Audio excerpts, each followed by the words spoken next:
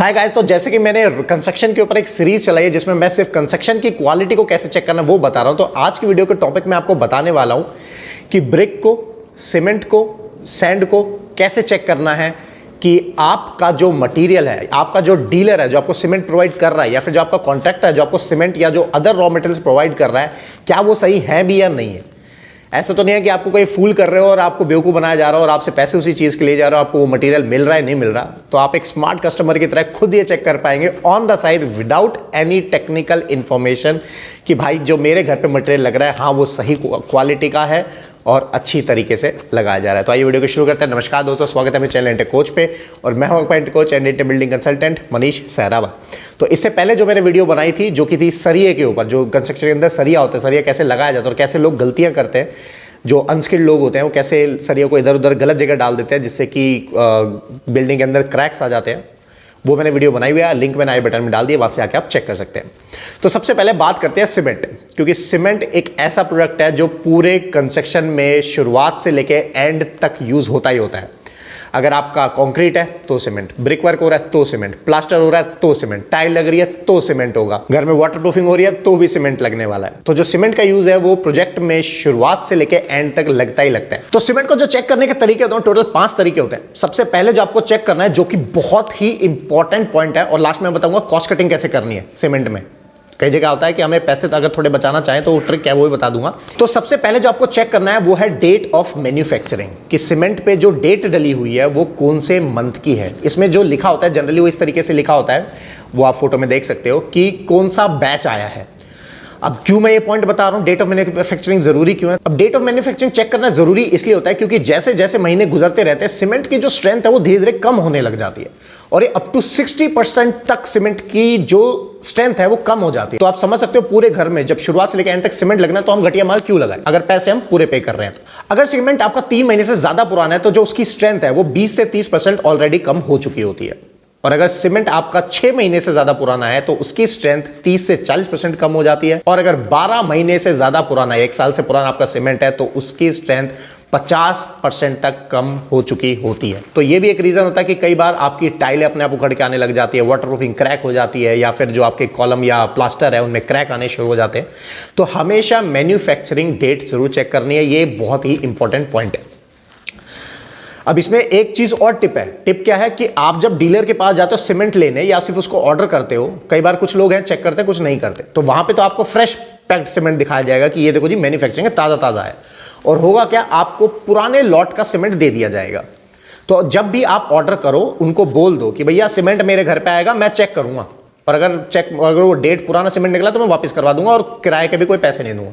तो सीमेंट अच्छा भेजना, तो इस ट्रिक को जरूर अपनाना। सेकंड पॉइंट होता है कलर ऑफ सीमेंट, ये आप इजीली देख के पता चलेंगे। हमेशा ग्रे कलर का ही सीमेंट होता है जो हमारी कंस्ट्रक्शन में यूज होने वाला है, तो आई थिंक इसमें सिर्फ आपको कलर चेक करना है। थर्ड जो पॉइंट होता है जहां पे फूल हो जाते हो आप, वो क्या होता है कि कई बार क्या होता है ना कि जैसे मान लो मैं एक डीलर हूं, मैंने सीमेंट अपने स्टॉक में रखा हुआ है, बारिश ज्यादा हुई लेकिन सीमेंट में छोटा छोटा, और इस बार मान लो मैंने सीमेंट को स्टैक ढंग से नहीं किया, तो होता क्या है कि सीमेंट में मॉइस्चर आ जाता है, जिसके कारण सीमेंट के अंदर छोटे छोटे लम्प्स, मतलब छोटे छोटे पत्थर बनने शुरू हो जाते हैं, जिससे जो हमारी कंस्ट्रक्शन क्वालिटी है वो खराब होनी शुरू हो जाती है।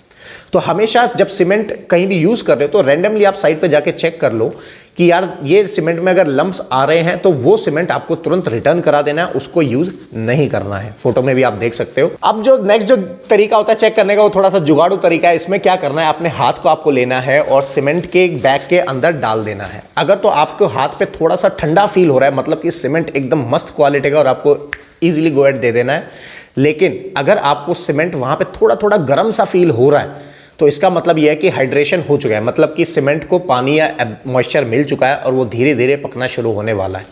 तो अगर ऑलरेडी सीमेंट आ चुका है तो उसको जल्दी से जल्दी बैग को खपत करना है, मतलब कि यूज करना है, अदरवाइज नहीं तो सीमेंट को आपको रिटर्न कर देना है। नेक्स्ट जो पॉइंट होता है वो होता है एडल्ट्रेशन टेस्ट, मतलब कि सीमेंट को आपको नॉर्मल लेना है और ऐसे ऐसे आपको 2 फिंगर्स के बीच में रब करके देख लेना है, ठीक है। अगर तो स्मूथ फील हो रहा है मतलब परफेक्ट है, आप गो एहेड है। अगर नहीं हो रहा है फील और रफ फील आ रहा है, मतलब कि थोड़ा खुरदुरा सा लग रहा है, मतलब कि अगेन सीमेंट में दिक्कत है वो भी आपको नहीं यूज करना है। तो ये नॉर्मल पॉइंट्स हैं, ऐसा आप टेंशन मत लेना कि यार कि बहुत ज्यादा दिक्कत आ रही है। लेकिन मेन जो चीज आपको चेक करनी है वो होता है डेट ऑफ मैन्युफैक्चरिंग, जो कि बहुत जरूरी चीज है। अगर वो सही है तो ठीक है, और दूसरा लंप्स।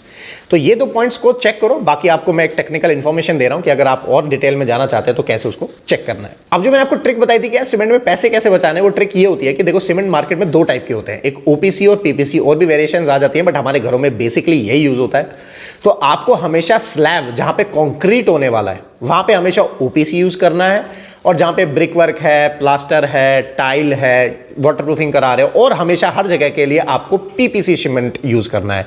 ओपीसी थोड़ा सा महंगा आता है और पीपीसी थोड़ा सा सस्ता आता है। अब नेक्स्ट जो आता है वो होता है ब्रिक, कि भाई हमारे घर में कॉलम बीम तो डल गया भैया, स्लैब डल गया, लेकिन अब जो ब्रिक डलने वाली है उसको कैसे चेक करना है। तो ब्रिक को चेक करने के बेसिकली 3 तरीके होते हैं, वो भी इतने सिंपल तरीके से बताऊंगा। आपको क्या करना है, 2 ब्रिक्स को लेना है आपस में और ऐसे क्लिक करना है। अब मैं आपको दिखाता हूं साउंड कैसे चेक करना होता है वो। अब तीसरा बजाओ।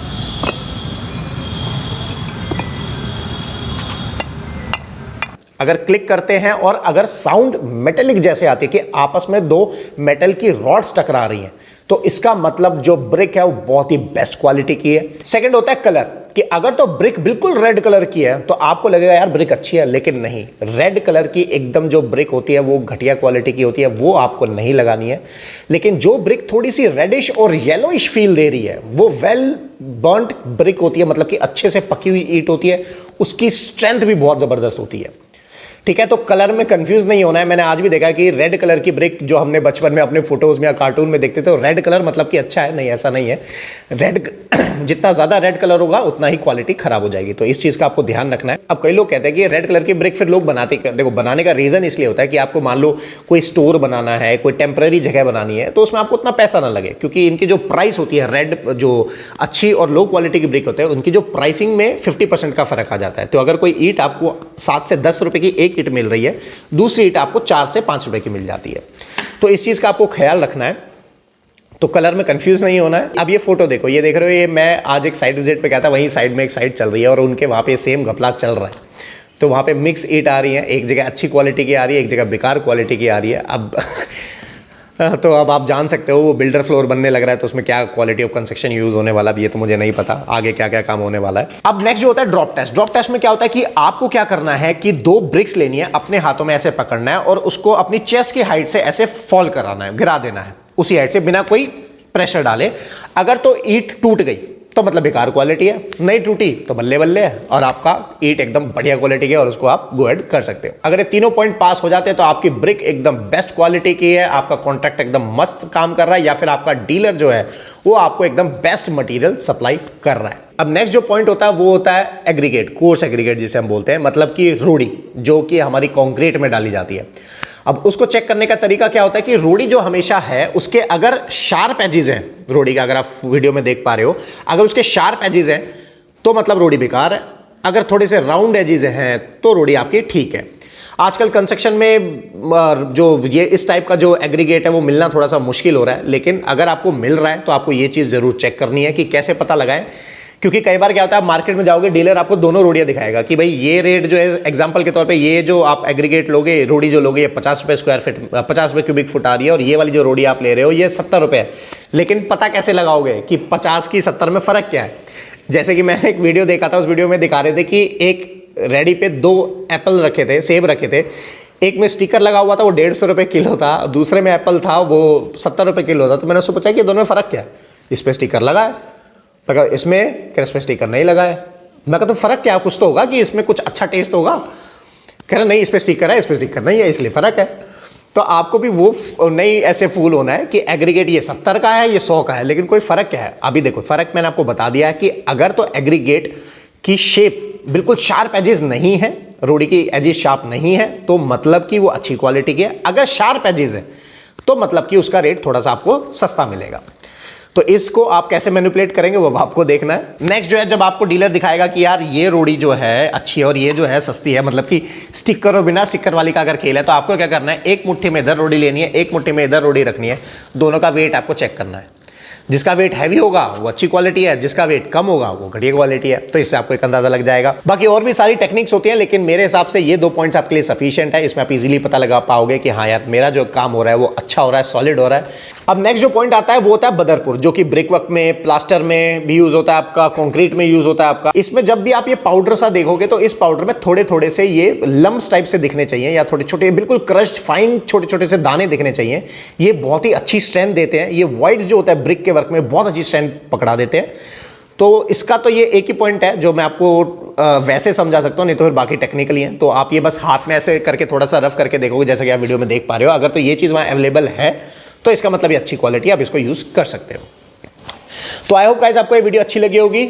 और भी वीडियोस ऐसे जानने के लिए सब्सक्राइब मेरा चैनल। और बहुत मेहनत लगती है यार वीडियो बनाने में, एडिटिंग में बहुत टाइम लग जाता है। तो वीडियो को लाइक करो, चैनल को सब्सक्राइब करो। Till then good bye.